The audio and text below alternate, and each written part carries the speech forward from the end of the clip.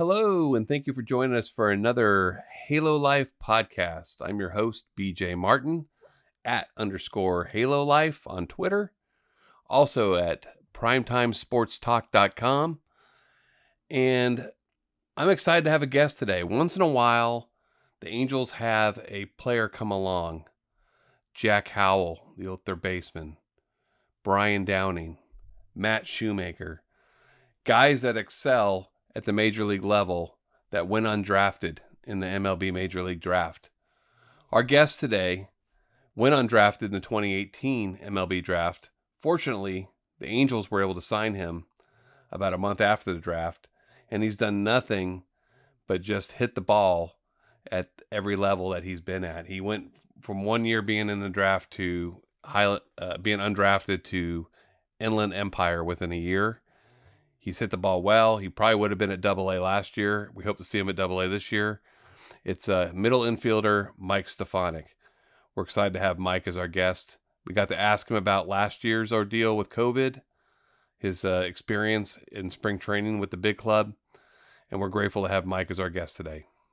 It was awesome, that game in February when I actually saw you get into the A game, with on the field in Tempe. It had to be like a thrill for you too, just to get out there. But like what was going through your mind, I guess, last year as you were preparing for the season?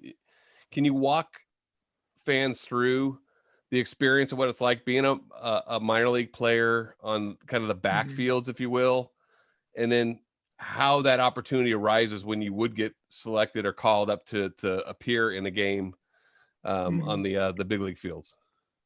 Yeah, so if people don't know, I'm from Boise, Idaho, and in the winter, it's just not very conducive for baseball playing at all. I have this one little facility that I work out at, but for the most part, it's pretty cold and snowy. So I came out to Tempe in January last year just to kind of work out, get back in the facility, and really just get myself in front of some eyes from the Angels organization. And it just kind of worked out. I was in really good shape last year coming in and was seeing the ball well, and they invited me to participate in like the just in case camp. So basically we call ourselves JICs. It's, just in case we need to play in the minor league games or the major league games, excuse me. And they invited me. I wasn't really expecting that to happen, and they did. And then you get in the locker room with, all the big boys, and you're kind of just like, the first couple of days, you're kind of just like, where do I sit? Like, I don't want to intrude on anybody's, place to sit or hang out. But you just come to realize like those dudes up there are just like regular people just like us. They're just insanely good at baseball. And so, they really have been nothing but gracious and accepting if you want to ask them questions or whatnot. And, ultimately it was just a really great experience.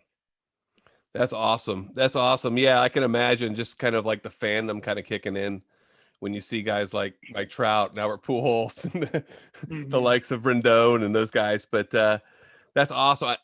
You and I do have one thing in common, and that's both that we went undrafted. And can you tell me? I mean, I went and looked back at your numbers. I was really impressed with what I saw. You went to Westmont College. You said you're from Idaho, from Boise, and then you went to Westmont out in California. And man, your line was just like brutal. I mean, it was just epic. 273 batting average. I mean. Yeah, like 42 doubles, 200 hits, and 569 at bats. I mean, it was just an incredible 3 years there. I'm sure you had to have scouts kind of approach you prior to the draft.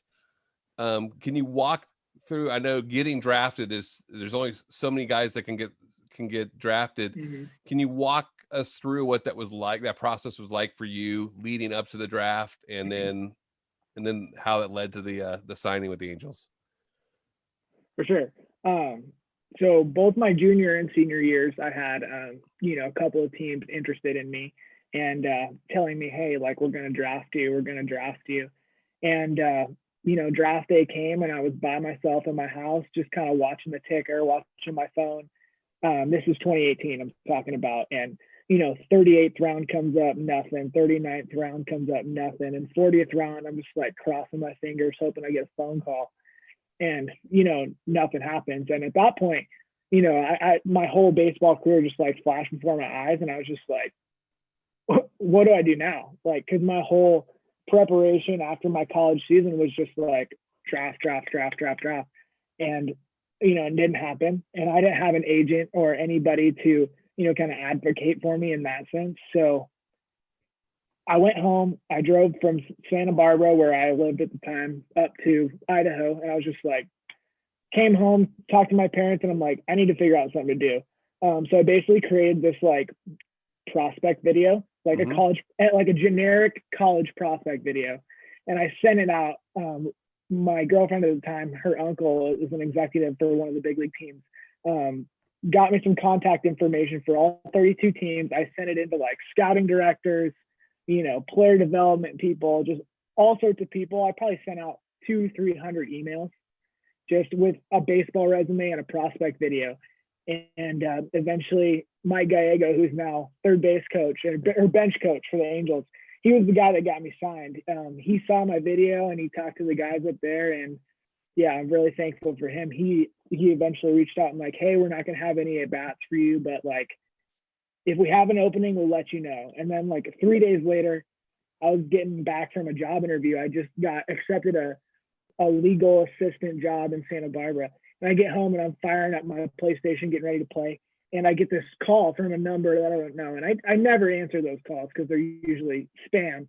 But I answered, and it was Chris Mosh from Angels. And he was like, hey, man, we'd love to sign you. Like, how soon can you get out to Tempe? And I was like, tomorrow. I'll be there. So I packed up all my stuff and I just drove 7 hours from Santa Barbara out to Tempe and signed the contract, and off we go. So it was an awesome experience. One of the happiest days of my life for sure. That is a great story. Oh my gosh. I love the whole like grassroots effort with the video, and then going out and then to have Mike Gallego do it, of all people. I mean, great major league infielder, and somebody that Artie Moreno, the Angels owner, trusted enough. He mentioned in the press conference for when they hired the late Perry Manasium, that Gallego was somebody he actually sought counsel with regards to hiring. So it's that comes from a highly regarded individual within the Angels. So man, that's awesome. I'm just curious, like, do you remember how long it was between the draft day and getting that call to go to Tempe? Shoot.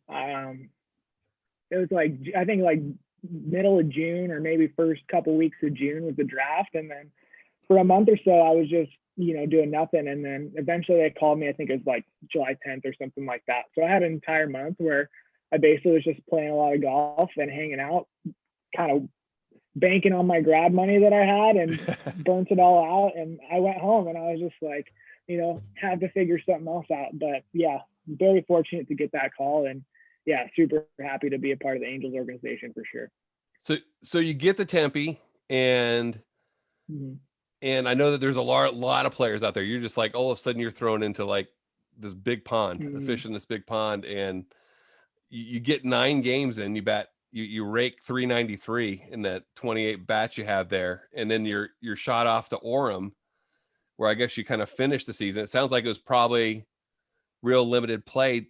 Did you even have a chance when you get to Tempe to get to know any of the other players? Was there anybody you knew already? Did you click with any fellow Angels players?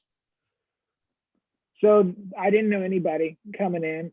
They actually put me on because I had taken, really our last game in the college of 2018 season was in May. So I hadn't played since May. So they put me on this like onboarding acclimation program to like kind of get me back into shape. So I was at the facility working out, doing arm care stuff for 2 weeks before I even got a chance to play in a game.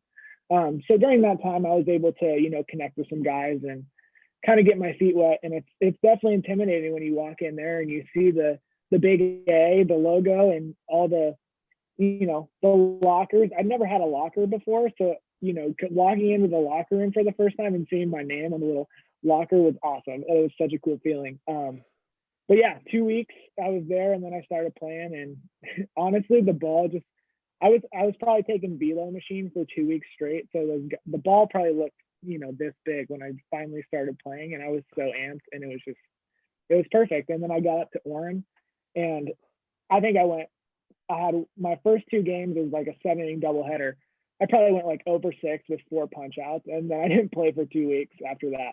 So kind of is what it is, and it happens, and that's all part of professional baseball and learning how to cope with that. Sure. So yeah, so it was a real brief time there at the rookie level, and Mm-hmm.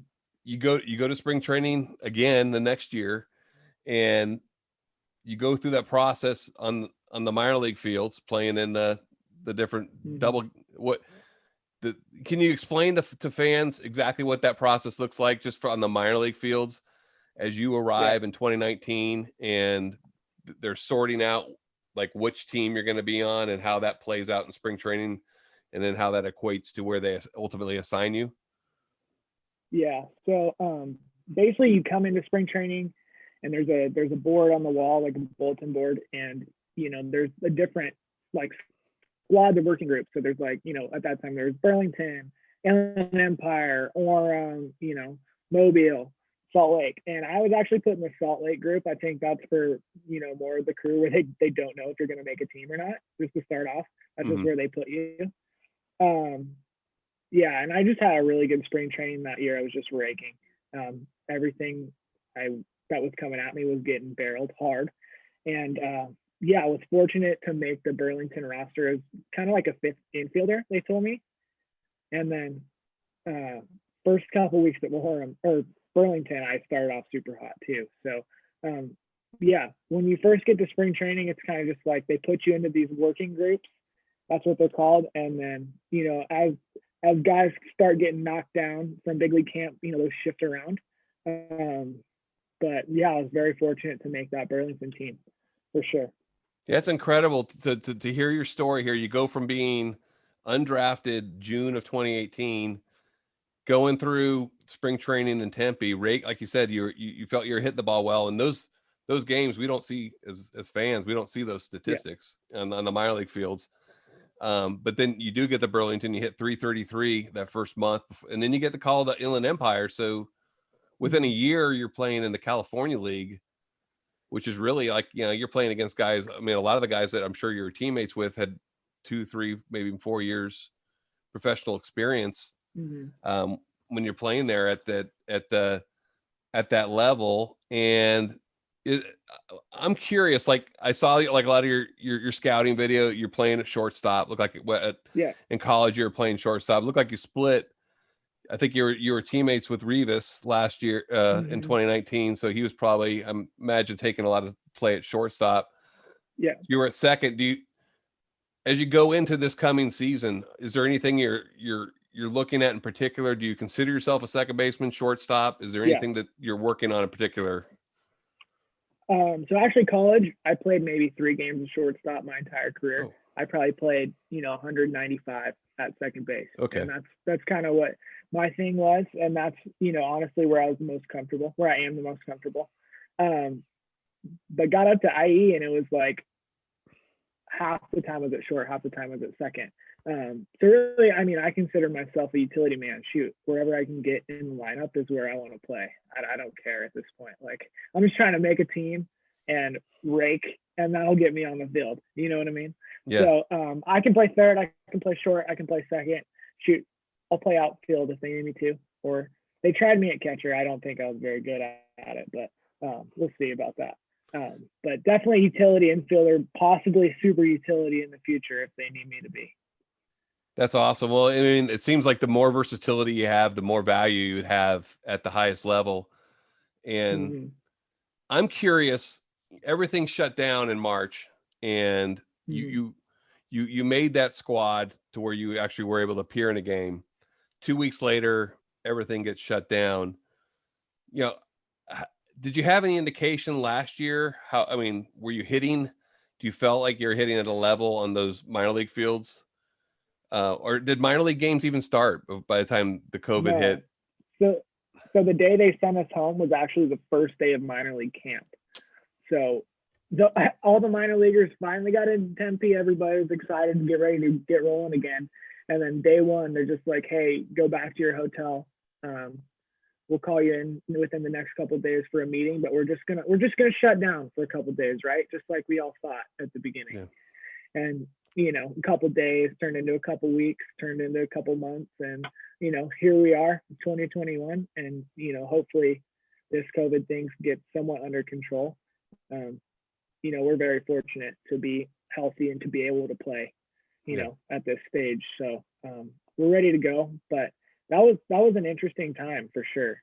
I remember, if a quick tangent here, I was in the dugout for one of the Cactus League games, and there's like these whispers from the the veteran guys on the team, and they're just like, yo, like we might get shut down from this. And you're like kind of looking, and you're like, no way, like it's baseball, like we don't like we played through World War II just about, like Yeah. baseball doesn't get shut down. And then wouldn't you know it, a couple of days later shut us down and we're back home. So kind of had to regroup, but it was a tough year for a lot of people, and I'm fortunate that I came through it relatively healthy, and happy to be here and ready to go again. So as a player under contract with the Angels, your Angels property, when that shutdown happens, you're obviously sent home. June, the clock's ticking. You're like everybody else. You're probably like us, just watching, trying to figure out when things get back. And then they do, and they set up this alternate site. I don't believe you were on that site, were you? No, I was not. So can you give me insight as to did you have communication with coaches of the Angels organization? Was there any regiment that you tried to follow throughout this COVID period last year when you couldn't be playing with the others? For a while there, a lot of our minor league staff was furloughed. So there were about 3 guys to try to keep in communication with, 200 plus or so minor leaguers, plus on top of having to deal with releases and all of that kind of stuff. So really there was kind of a dead period where it was just like, go home, get your work in when you can. And if we ask you to show back up, we'll give you at least, a couple weeks notice. So we're expected to stay ready. And I mean, that's nothing new, right? We're professional athletes. We should be ready when we get here and when we're expected to be here. But yeah, for a long time, the writing was on the wall that, a minor league season just wasn't going to happen. So when they eventually did start up Major League Baseball, that's when I kind of started, getting rolling again. Maybe a month before the season started, they were talking about having like a summer camp. So you started to get ready when you could, but where I was, limited stuff was open. So it's just kind of like do the best you can.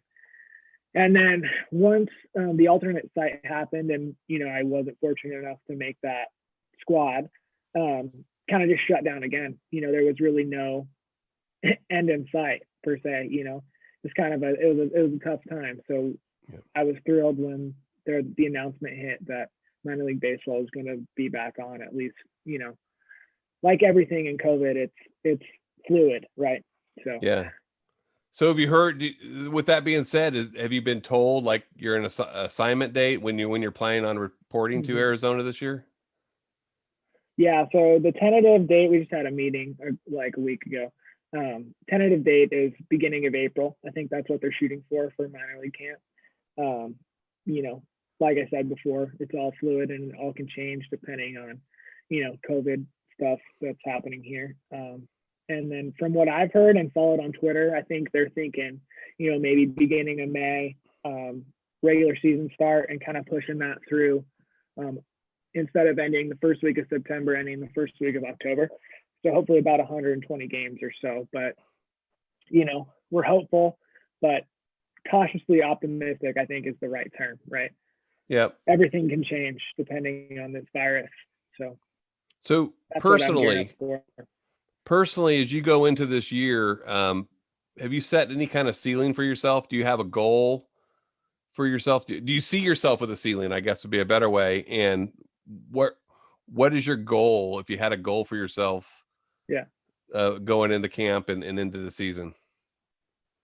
I think my goal going into camp was always to make the AA squad, in 2020. And then now obviously that's been pushed to 2021. That's the goal I have. And then, you really can't do much more than kind of just focus where your feet are. Unfortunately, if you're worried about trying to advance to the next level or who's doing what above you or below you, like that's not it. You really just got to focus on going out and playing every day. Like, as cliche as it is, like, if you try to do anything else, like, that's out of your control. All you can control is, how you approach the game day to day. And, I play my butt off every day if they ask me to. If I'm in the lineup, I'm going to play my butt off. So that's the real goal. I think ceiling, shoot. I mean, personally, I think that, once the season starts, the sky's the limit. I think that, I'm good enough to play at the big league level, and that's why I'm still here. So whenever they need me, I'll be ready. That's awesome. That's awesome. And I love that attitude. There's a player, I remember, I think it was spring training camp 93. Me and my dad and my brother would always go out to Tempe and meet. That was like our guys trip. And I remember we ran across a catcher named Chris Turner. He was at Quad City the year before. Yeah. At catcher. And I remember we asked him, like, Chris, where are you looking to play this year? And he said Anaheim. And Yeah. he ended up, and the end of that season, he went from low A ball. He ended that season in an Angels uniform. So, I mean, yeah, you put your mind, you got that right attitude, and you just hope that the opportunity opens itself to you. For sure. And I think that's one thing that, I really credit the Angels organization with doing, is not being, too picky. I mean, if you're doing well, you're going to advance. And I've said this before, like, it doesn't matter if you're, first rounder Jordan Adams, or you're a guy like me, where it's like you're undrafted. If you perform and you go out there and play your butt off every day, and you do what you're supposed to do, and you play well, you're going to move up. And, there's some guys that went home that were really talented ball players, like, unfortunately, but I'm thankful that I'm still here. And like I said, ready to roll. Well, you're setting yourself up for a really good story here. I like what I've seen as a fan and someone who follows and covers the Angels, like what you've done at the low level, and what I really intrigued by with players like yourself, an undrafted guy, someone who's kind of been off the radar but just like hits. It's like there's a lot of the top prospects that get the guys that get drafted in those first 3 rounds, and they always make these pipeline lists and the BA lists and all these the top prospects lists. But then there's the guys that just can kind of find a way to go out and grind and get on base and do all the little things in the field. And just talking to you and then like seeing what you do, like I get the sense that that's the kind of ball player that you are, and can definitely be an asset at the big league level. And I hope that you get that opportunity. I really do. I hope that Double A's around the corner, and I hope that I can get a chance to follow up with you maybe during the season. If you're down at Rocket City, I'd love to be able to find out how things are going with you as the season goes on. Yeah, absolutely. No, thank you so much for having me on. And yeah, I mean, shoot, if I can make it as, a 5'10" guy who's slow and just hits, anybody can make it, man. I mean, it's just about, and I tell this all the time to kids who ask me these questions. It's like, first of all, going to a school, if you're going to be a college, baseball player, going to a school where you're going to play, right? I had, maybe some other options coming out of high school, but I went to a place where I thought I was going to play, and was fortunate enough to play all 4 years. I played 200 games, and, now I'm sticking around in professional baseball. So, yeah, I mean, the ultimate goal is to, eventually help that big Anaheim team. And yeah, I'll be ready. Just a couple of last things. You're from Idaho. I saw you went to Timberline High School in Idaho, and in Boise. You still live in Boise, and I think you mentioned the fact that you report to spring training because you're not getting a lot of workout. What was that process like, even growing up in Idaho, playing baseball, like the shorter seasons? And is there a lot of indoor training facilities, or do you have places you can go to do that? So back when I grew up, I didn't train in the off season at all. I played 3 sports. I was a football, basketball, baseball guy. So if it wasn't one sport, it was another. So I actually think that really helped me. One, for my athletic development. I feel like I'm a lot more, athletic because I didn't sport specific in baseball. And, also I feel like I didn't get burned out playing baseball because I wasn't playing, year round like some of these kids do. So yeah, we had probably like a 20 game high school season and then played about 50 or so in the summer. So yeah, I mean, it was good, but in the winter, I was either up on the slopes snowboarding or I was playing hoops. So um, yeah, but it was fun. I wouldn't change anything. That is awesome. And you know who the all-time Idaho player is, right? In the major leagues? Harmon Killebrew. Yeah, yeah. Harmon Killebrew. Yeah, He had 2,400 games in the big leagues. Vance Law had 1,212. And then you go down the list and there's not that many. So, there's you know, not. I'd love to see you on this list in the top 20 MLB players from Idaho in the next decade here. So, but Mike, I want to appreciate you for your time today, for joining us, and I look forward to following you this spring, following you throughout the season. I hope you do have a successful season, at least at Double A, maybe Triple A, maybe beyond, and look forward Who to, knows? to following up with you down the road.